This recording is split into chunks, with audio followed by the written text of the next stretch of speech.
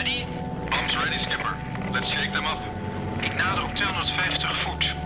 Dan stijgen en bommen afwerpen. Roger, ik geef nu meer gas. I'm shooting and I'm flying low. Next thing I know, I see two masts next to me. Radio masts, that goes low over the ship. And the co-pilot is there. If he thinks you're too low, he pulls you off.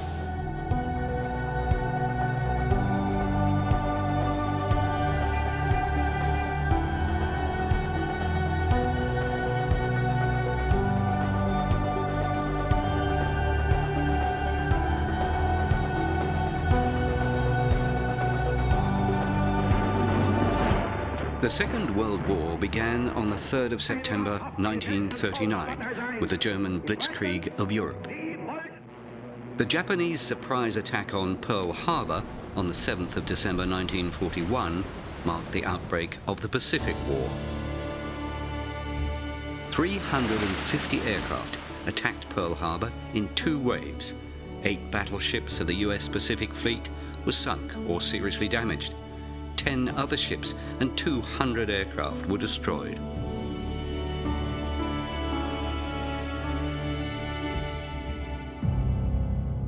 Then came the invasion of the South Pacific. Malaya, Singapore, the Philippines, and finally the Netherlands East Indies, now Indonesia. The heart of the Dutch Empire, established by Dutch sailors and traders hundreds of years ago, reaching deep into the Pacific and Indian Oceans.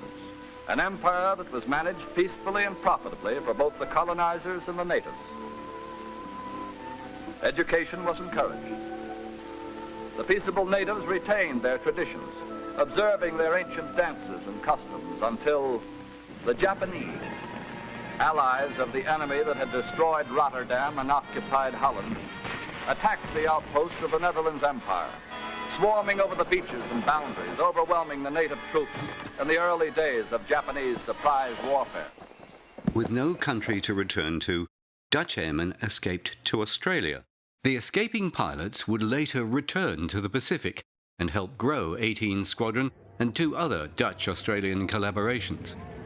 For the rest of the war, they flew more than 600 missions to play a part in the defeat of the Japanese Imperial Army.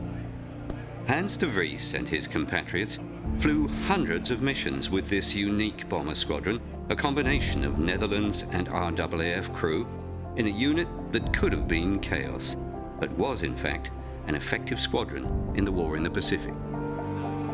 75 years later, survivors and the families of those who served came together for a commemoration of this unique collaboration, the formation of this joint air combat squadron. The ceremony was organised by aviation enthusiast Peter Smythe in Adelaide, South Australia. It was attended by 3 surviving members of the squadron, all in their 90s, plus descendants of the original squadron members. The Netherlands East Indies was overrun by the Japanese, and a lot of Dutch military, Navy, Army, Air Force had to flee the country. They couldn't go back to the Netherlands because Netherlands was overtaken by Germany.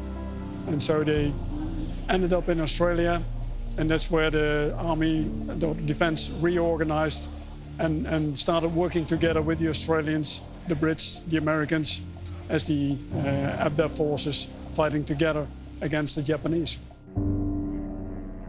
This Mitchell bomber, the squadron's workhorse, was reconstructed by Peter Smythe. He named it Polk after one of the pilots.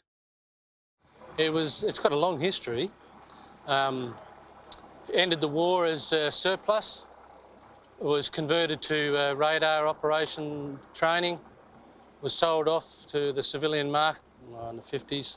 Went through a number of owners, and then became the flagship or the film ship for the Battle of Britain, where it was painted up in all these psychedelic colours and things like that. A lot of the different colours we've actually kept on the aeroplane as part of the, the historical connection. And then she laid dormant or neglected for a long time in the UK, and a gentleman from Argentina had purchased it. So I contacted him on the off chance that, I don't know, I didn't know what his intentions were for the aircraft, And he told me that he just wanted the internals because he already had a B-25 in Argentina or Brazil or wherever it was. And yeah, he would sell me the remaining aircraft, the rest, you know, which is the shell. And so, you know, we reached an agreement. It was cheaper than a brand new Toyota Land Cruiser to buy. And what's your ambition for it? Well, to fly, it's gonna fly, yeah, absolutely. And my father was always fizzling around with radios and engines, motorbikes. And every time Fridtjof, his friend, came over, he said, well, Fred, what are you doing? What are you working at? You're always pulking on things. It's a typical Dutch phrase. And from then on, he said, I'll call you Pulk, because you're always pulking. So that's your name, Pulk. And he kept that name until we retired. This is rare footage of Pulk Pelder with crewmates in Singapore in December 1941, when the Allies still thought it was an impregnable fortress. Less than 8 weeks later, it fell to the Japanese. Well, there'll always be a war. There are always people who want more than others, you know, and they have to fight for it, and then you get a war again. When the war came, the Dutch East Indies, like most of the Pacific nations, was completely unprepared for the ferocity and speed of the Japanese attack. Until it came, the colony had lived a quiet, somewhat complacent life, far from the war in Europe. Imagine these fine young men, trained and experienced pilots, living with their families and loved ones in the Netherlands East Indies. World War II had started in Europe, and Germany had overtaken the Netherlands. Then the Japanese war machine expanded their territory and also invaded the Netherlands East Indies. And after fierce fighting by the Allies, the Japanese were successful. Before the Pacific War broke out, the Dutch had been creating their own air force in the Netherlands East Indies, knowing that the Japanese threat was growing. Even though the Netherlands had already been overrun by the German blitzkrieg in Europe, the NEI was still not involved in the war. But that all changed in December 1941.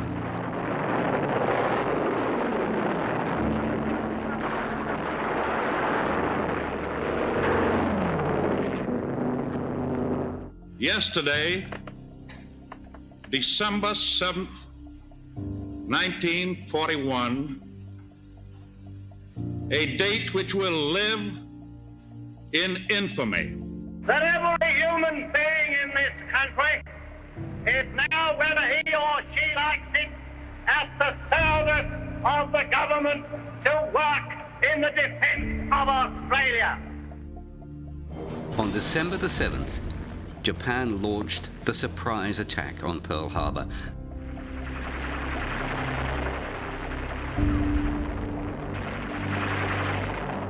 The next day, they invaded the NEI in search of what they needed most, oil. And the history of the Dutch military in Australia, fighting shoulder to shoulder with the Australians, is well written by Doc Hurst in the book called The Fourth Ally. People greatly underestimated how good the Japanese were. Yeah, really, they were underrated, and they were really, really good. There are only 3 countries in the world that could have attacked Pearl Harbor: Japan, the UK and America. No one else had the capability to do what the Japanese did at Pearl Harbor. They'd been practicing on the Chinese for 10 years, and they'd worked out how to use all this stuff. They had some air from on carriers, they had some was land-based air. It was all coordinated, it was all coordinated with the army, it was all coordinated with the ships.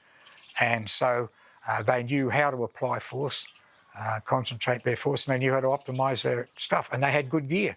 The Zero was a good aeroplane, as were their bombers. The so-called Betty bombers were very competent. Everything was very, very good, and their ships were very good. And they had good submarines. And some of their weapons were outstanding. Their torpedoes were the best torpedoes in the world, the anti-ship torpedoes that would be launched from ships. The Dutch forces were completely overwhelmed by the Japanese attack. The NEI government capitulated on March the 8th, 1942. The Japanese military machine spread rapidly across the Pacific, subduing resistance and occupying the entire area that was the Dutch East Indies without meeting much resistance at all. As the expats, and there were tens of thousands of them, realized that there was no chance of avoiding occupation, the order went out to evacuate. Australia was the closest safe haven. The evacuation plan was that key personnel would relocate here, key assets would relocate here. They would not relocate anyone who wasn't key, and that included, in most cases, families. Estimates vary, but at least 130,000 civilians were interned by the Japanese during the occupation, a large proportion of them Dutch. Thousands faced years of privation. The order to leave families and loved ones behind meant thousands would suffer. It was a policy born of naivety. They anticipated it would be rather like occupied Holland, where the Germans were not nice, but they didn't kill people and they didn't put them in prison camps. Life went on. Of course, they were wrong. The war against the Japanese was a hate war. They'd lost everything to the Japs. He'd lost his house. His family were all taken prisoner. They didn't even fly with parachutes. They refused to go with parachutes. They wouldn't be taken prisoner because they knew if they parachuted onto land, there weren't European people they could go to. They'd be taken prisoner and it would be a horrible death. So they just weren't prepared to do that. So yeah, it was. Look, it's something we'll never understand today. You know, just the hate that went on, and especially as the war progressed, it got worse and worse. One of the commandos on the ground was a guy called Johnny Korschmidt, and he said to Johnny, "Get your wife and kids, come with us. I'll fit you in." And Johnny was ordered not to go, so he was keeping all these. He was offered hundreds of thousands of dollars in diamonds to take these Chinese and things out, but he couldn't. It was a race against time as the Japanese advanced at breakneck speed. Even though the Dutch government in exile and the NEI government declared war on Japan immediately after Pearl Harbor, they didn't have much to fight with. Some aircrew and civilians had escaped with an assortment of aircraft. Yeah, they'd lost nearly all their combat aircraft trying to stop the Japanese invasion. The aircraft they had left were things like their long-range reconnaissance aircraft, like the flying boats, and a bunch of transport aeroplanes, mostly Dakotas and Lockheed Lodestars. And they flew them down in the expectation of when they got here, of course, they'd get they'd already ordered the Mitchells, which were coming back here through Australia. And they were able to get Kitty Hawks too fairly soon afterwards, because the Kitty Hawk was our main fighter in the Pacific, and we were able to use it too.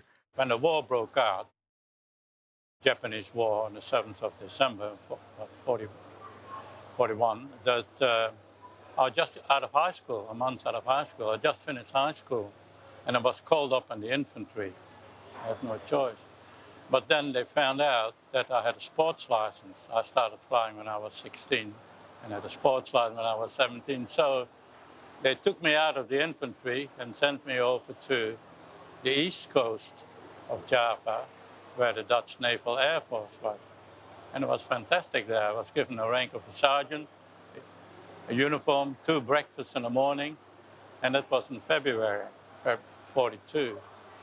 But after a while, I think around about the end of February, every month about 10 o'clock, a Japanese bomber squad came over and bombed us, particularly because in East Java, where I was, is a Dutch naval base. And so it was a target. And so every morning at 10 o'clock, we went into our dugout pits. We were camouflaged. But if you would have a direct hit there, forget it. Like Gus Winkle, Polk Pelder had no intention of staying to be captured by the Japanese. And with their homeland already in German hands, there was only one place to go: Australia. So he fled, and he went to the southern part of the island of Java, to a small airfield. And there was a plane completely smashed up, a Lockheed 12. And they fixed it together with an Australian, 2 Australians, a Canadian and a New Zealander. They fixed it up. And they managed to escape, flying all the way to the north of Sumatra. And from then on, they flew to Colombo. The story of Fred Pelder's escape has become a legend. Like so many Dutch airmen, he and his crew weren't ready to surrender to the Japanese and face the prospect of years in a prisoner of war camp, so he had to find a way to fly out. Yeah, there was a demolition party going on because they didn't want all the planes to go to the Japanese. So what they did, the Lockheed 12 had electric gears.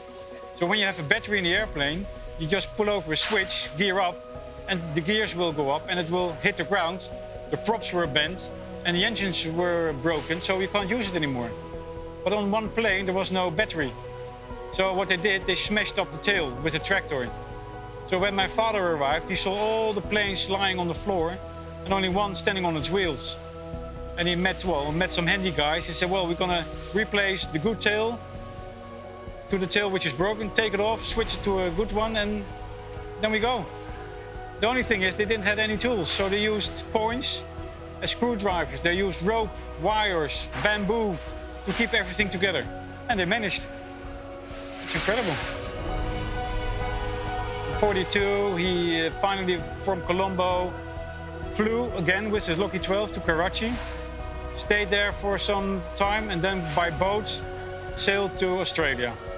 And in Canberra, the 18th Squadron was erected already on the 4th of April. And he came somewhere around the end of April, he joined the 18th Squadron. And from then on, his career at the 18th Squadron started. Darwin had already been attacked 2 weeks before the raid on Broome and was repeatedly bombed over the next 18 months. But Broome was where the Dutch suffered the most casualties.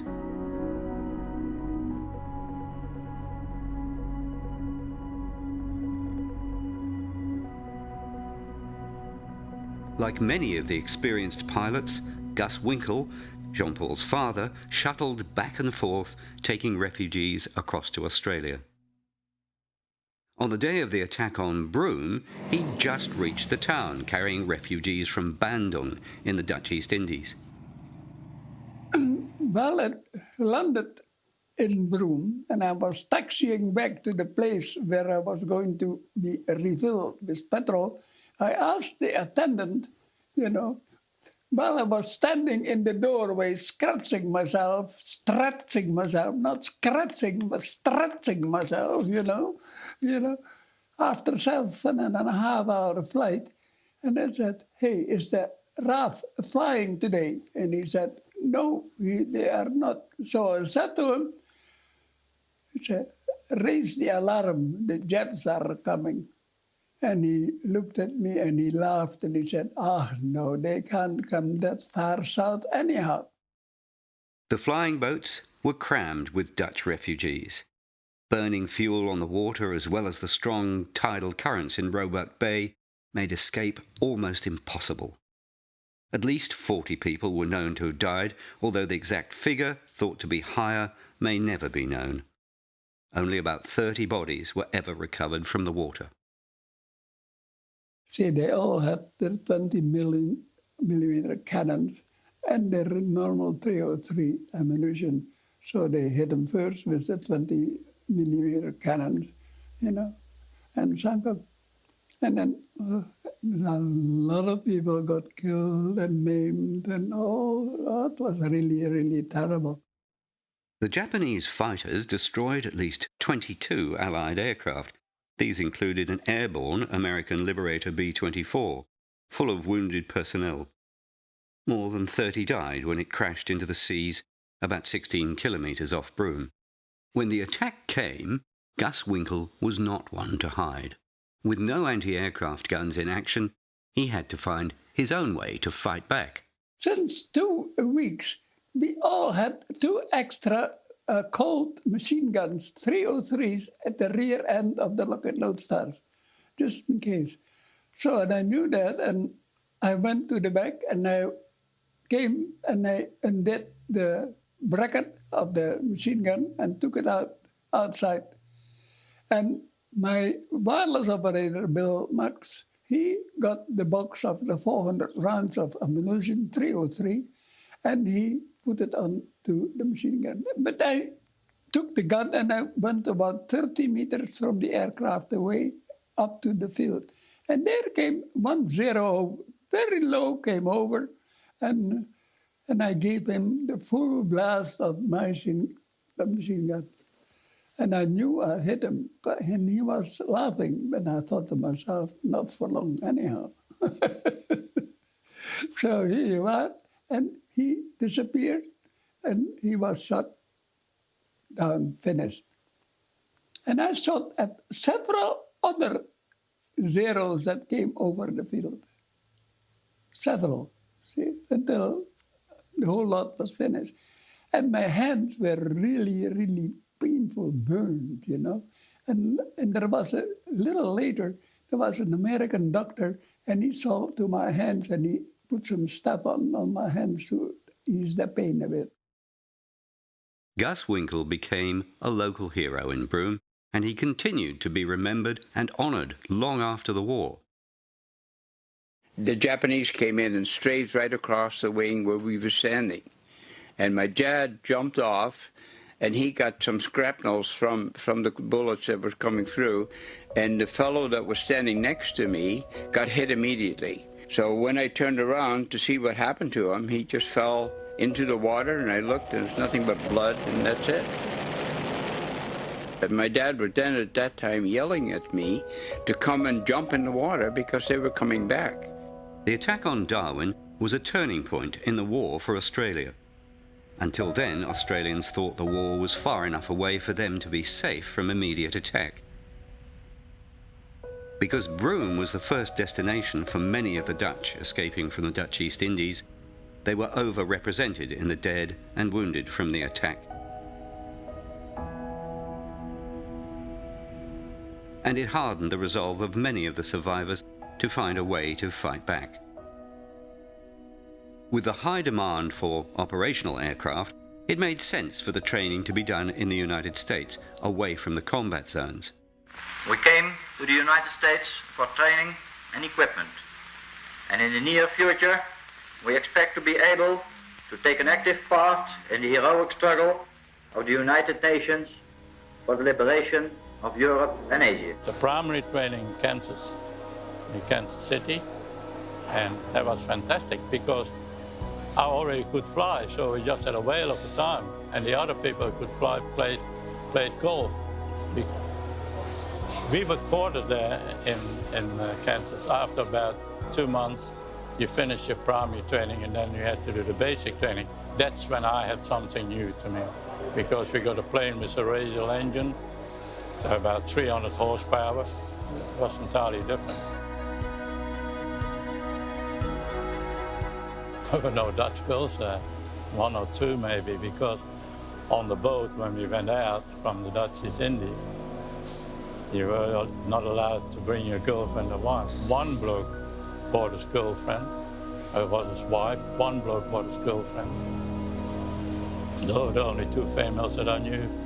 Dutch one in the United States. But in the United States, when you're off duty, you can wear your own uniform. And Jackson, Mississippi is in the center, right? It's not on the shore. But we had a naval uniform, 22 of us, white, which we could have on the weekend. And that attracted the girls. Upon their return, the pilots would contribute to the defence of Australia, but their overwhelming desire was to liberate their homeland. When we finished training, as I said, I flew B-25s. I picked up a plane at a factory in Kansas, take it over to San Francisco, take all the armament off it because it's too heavy, put a spare petrol tank in, and fly it over to Honolulu, from Honolulu to Fiji, and from there to Amberley in Brisbane. And from there, you take your plane up to 18th Squadron. Dad learned to fly in 1934. Now, so he was already, when World War II started, he was already 31 years old. So he was one of the older members. He learned to fly in a little plane called an Avro 504K, which is if you see it today, looks like a First World War aircraft. It was a shocking bloody thing. General Van Ooyen presented medals to the graduating pilots and one to the widow of a pilot killed in a training accident.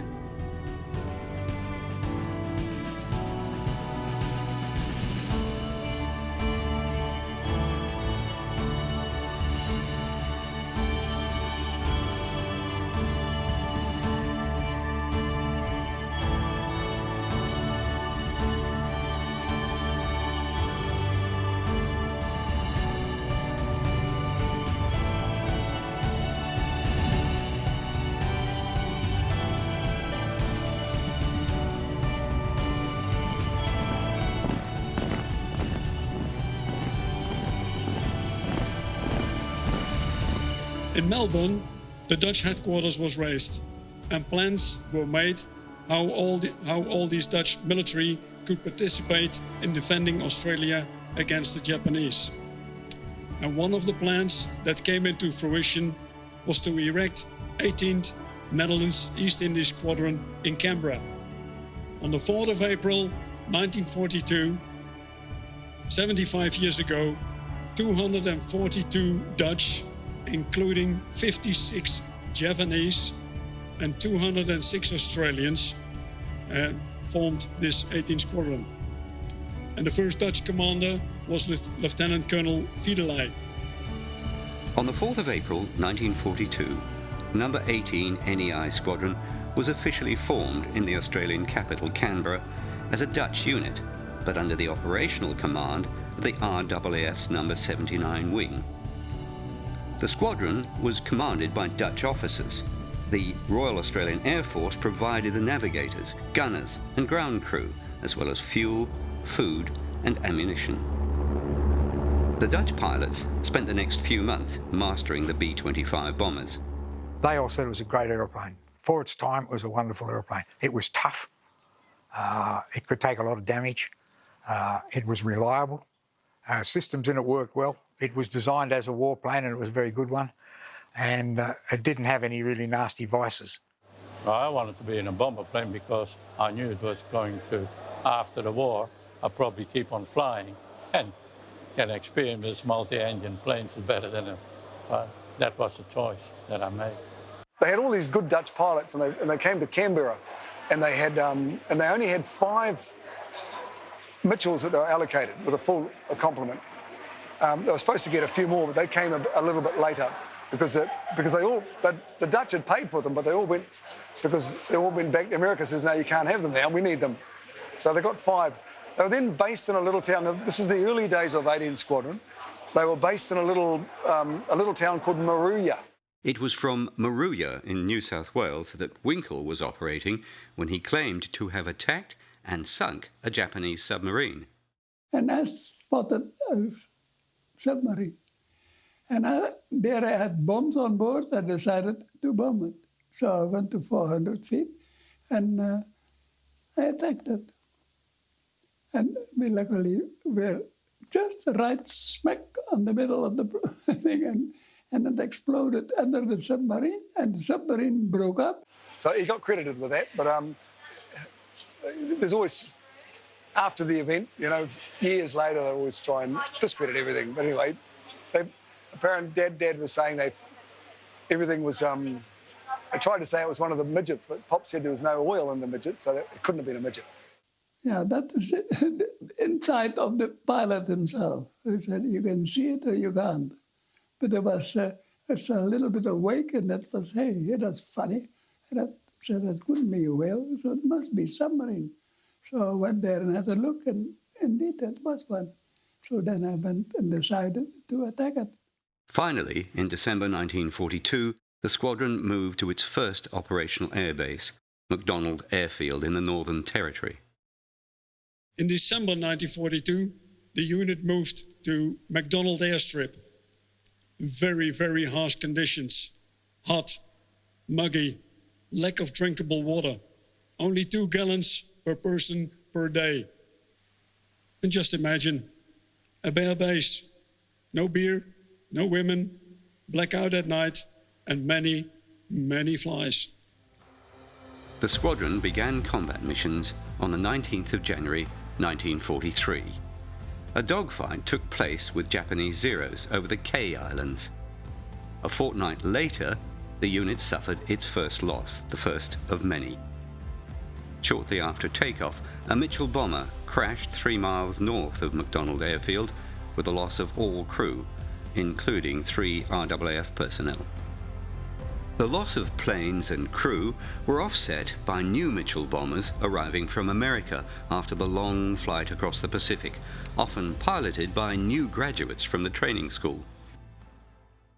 The sinking of Japanese ships led to the nickname of the unit, the Dutch Cleanser, a badge with a Dutch farmer's wife sweeping out the dust with a broom. So they were very efficient and very effective in doing that. In February and March 1943, the squadron flew 87 missions, many involved in combat against Japanese Zeros, also facing anti-aircraft fire from Japanese shipping. They're shooting at you behind armor plate. You go over there. At the right point, you open your bomb bay doors and drop your bombs in a string of 4. 500 pounds, semi-armor piercing. One hopefully hit them. And if the dust hit, by the time you go over it, they're still shooting on you. By the time you look around, if that bomb hits below the waterline, there's nothing left. Nothing. You're just debris and people swimming around. It was pretty dangerous. The Japanese had very good gear.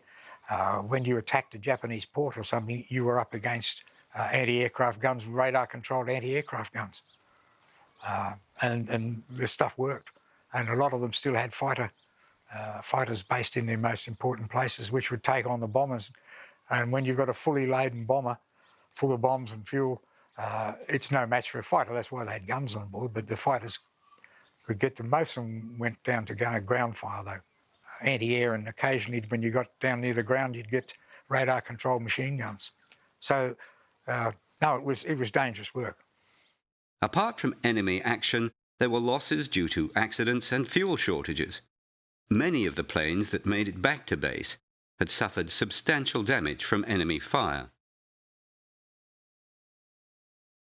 In May 1943, the squadron shifted to Batchelor, 100 kilometres south of Darwin, closer to the action. This new base had much better facilities than McDonald and was to remain their home until the closing months of the war. I enjoyed my time at 18 Squadron because I was at Batchelor.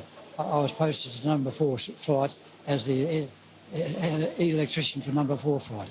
I had 4 aircraft under my control, number 166, 167, 169, and the new aircraft 218.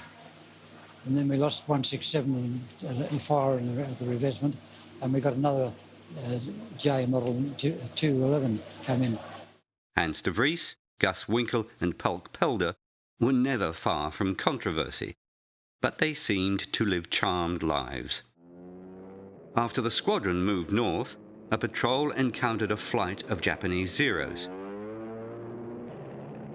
When they leave Batchelor, they had to fly north to New Guinea. They pass some islands, and one island is called Dili. And they know every time we enter Dili, or just in front or just behind, we'll be attacked by, most of the time, the Zeros, what I believe, but call it a Zero. And he said also there were about 4 or 5 all around us, but there's only one always flying circles above us, doing nothing. And they thought probably he's, well, the big guy telling the little ones, the pupils, how to shoot and what to do, like, well, leading his pack. And the fight took about 10, 15 minutes, and then all the other planes left, and that guy was still circling. And when the fight was over, he came down and he was flying next to them. They waved at each other. But the only thing is, the moment he came into combat position, he was firing his guns. And you can see traces from the Mitchell going towards him. And he answered with a small burst of like this. So don't shoot me, I'm not shooting at you. So everybody stopped firing and he flew next to them. They're looking at each other and then waved off. It was one of those bizarre encounters that are sometimes related in war. Had the Zero pilot just had enough? Polk never found out. Fred Pelder recalls how his father, like so many pilots, had left the love of his life back in the Dutch East Indies. With no news at all of the thousands of civilians left behind, Polk looked for a new life in Australia. He married Ruth, but he never forgot Ineke, the girl he left behind. The war ended and the whole squadron was sent back to Indonesia. And he found my mother back in a Japanese war camp. And the moment he saw her again, even the situation was terrible. She was really skinny, sick. He saw her and he said, well, you're the one. He said, that's it. And then he decided to divorce Ruth. And he did it, but with pain in his heart also, because he was married for 3 years. He built up friends, family, relatives. He had a normal life. But even then, he decided to go for my mother. So he divorced her. He wrote her a letter. And in the letter he said, well, you can keep everything, the house, the car, all my savings, what you have is yours to keep you going. And after, I think about 2 months, he came back, flew especially back from Indonesia to her, to meet her, to see how she was doing and to see if she wasn't pregnant. Because if she was, he told me, I would have made a decision to stay with her. Even though he knew my mother was his one and true love, he would have stayed with Ruth. It was a tough theatre of war for pilots as they faced the potential for death or injury every day. Polk, like so many combatants, suffered from what is now known as post-traumatic stress disorder. The terrible thing is that he had a problem with showing his emotions. So the moment that happened, well, can you imagine your friend next, boom, gone, gone. And he had to lock yourself up because you have a mission, you have the responsibility of your whole crew. You cannot be emotional. So he kept on flying, doing his things.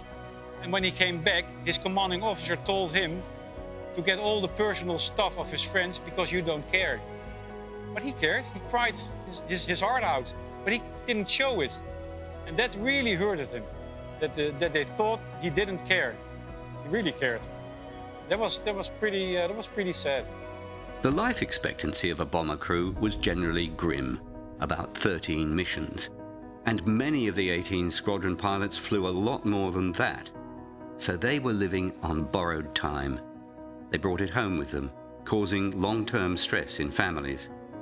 I've talked to quite a few people about this and said, didn't you think about this? Of course we thought about it. But it was a fact of life. And you'd be very busy. Next day you'd have to go and do a job. They were busy planning it and doing it. Come home in one piece. It was certainly like that. And I should imagine after it, some of them would have had all sorts of problems, but they didn't worry about that in those days, just to get on with it. From November 1943, there were a series of important attacks against Japanese shipping. But the bombing raids still came at a cost, with a loss of 1 or 2 aeroplanes every month. From the northwestern area, from Wing 98, I did 41 missions. Normally between 7 and 7.5 hours each. Combat. And the best one I've ever did is when those 2 big barges full of Japanese troops came down one of the rivers in New Guinea. 2 of them. And I was flying a Straver with the 12 heavy machine guns in the nose. And my co-pilot was Van der Schroef. Van de Knellem. And I said, that is a nice target. See, so I strafed a lot. And I don't think anyone survived there. What a lot of people don't understand about the Pacific War is everybody thought it would go on for another 18 months or 2 years because the Japanese were fighting to the last man. And when you looked at the figures at places like Okinawa, so many people had died there. And they did their sums and said, my God, this is going to go on for another 18 months and a lot of people are going to die, probably 3 or 4 million. And there's a lot of people in prison camps that will probably die because the Japanese were running out of everything. And that was the reason that Truman looked at the figures and said, how many will die if we drop the bombs? How many will die if we don't? And he said, well, a lot more will die if we don't, so he dropped them. And it just suddenly ended.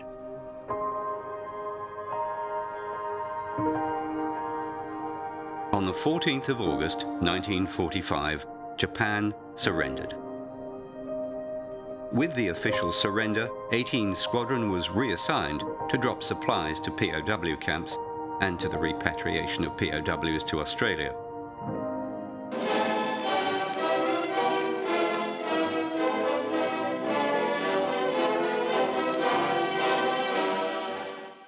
Fellow citizens, the war is over.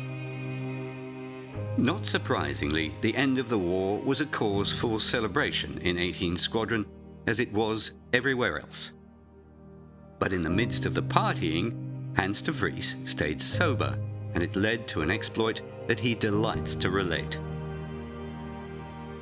It was a VJ day, and the night before, at about 10 o'clock, I was sent down from the Northern Territory, from 18 Squadron, in our Queanbeyan. We had a Queanbeyan hotel taken over, and I was there.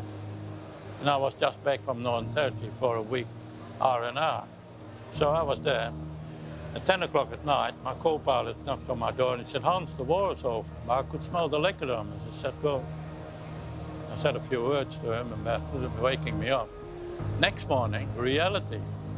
And then the CO had a request from the RWF commanding officer to fly 3 planes, information, at 10 o'clock over the War Memorial in Melbourne, because that's where officially the war would be declared over. That was where we got. So I was sober, 2 other pilots were sober, nobody else was. There were some mechanics. So we flew with mechanics. So at that time, although in Queanbeyan you take off from Canberra, we could only take off 1 at a time. We married up, I was in the front, I had 2 wingmen, flew to Melbourne, flew back to Sydney over Martin Place, heaps of people. And this mechanic, it was the first time he was sitting in the co-pilot seat on my right-hand side. There was something special for him. He saw the bridge, he said, "I bet you're not game to go underneath there." I said, "Watch me." So I told my 2 mates, I said, "Fly to the bridge, I'll go on and come up." He said, "Okay." Nothing. It's just because it's a hell of a lot of room underneath the bridge, and you normally wouldn't do it because you lose your life and all sorts of things happen. But at that time it was VJ day, so that's how I come to fly underneath the bridge. Jean-Paul Winkle says his father, Gus, also flew under the bridge. It seems this was the thing to do. And he wasn't the only one. 2 Wirraways, a flight of B-25s, and even a Lancaster did it in 1943. When the midget submarines attacked Sydney Harbour, there were quite a few motherships out there. And anyway, look, I've got the whole the Sydney Morning Herald, and he came back and he flew under the harbour bridge. There's a photo there of him doing that. And he had a meeting with Prime Minister Curtin and got a gong for that. The medals were probably not for flying under the bridge, perhaps more for the submarine he believed he sank. It was an exuberant end to a long conflict. Battle-weary and relieved to be alive, it's easy to understand why pilots would see it as a stunt worth pulling, and a climax to mark the end of the war. The B-25 Mitchell bomber flew in every theatre of the war. Nearly 10,000 were built. It was the first ever mass-produced aeroplane. In the Ford factory in America, they turned one out every 55 minutes.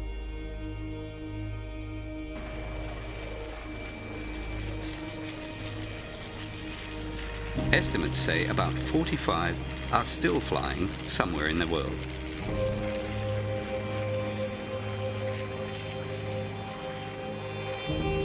During World War II, Number 18 NEI Squadron flew over 600 operational sorties. 102 airmen were killed, including 25 Australians. A total of 4,000 personnel from 38 nationalities served in the squadron during the 8 years it existed. The heritage is very important because every person served in the military deserve recognition, appraisal, respect and attention. Whatever happened in the world, they all deserve that, how big or how small their part was. 18 Squadron NEI was a fleeting chapter in the annals of both the Dutch Air Force and the Royal Australian Air Force. But in its short life, the men who served it contributed to the final victory in the Pacific, leaving a legacy that will continue to be celebrated by their descendants into the future. They shall grow not old, as we that are left grow old. Age shall not weary them, nor the years condemn. At the going down of the sun and in the morning, we will remember them, lest we forget.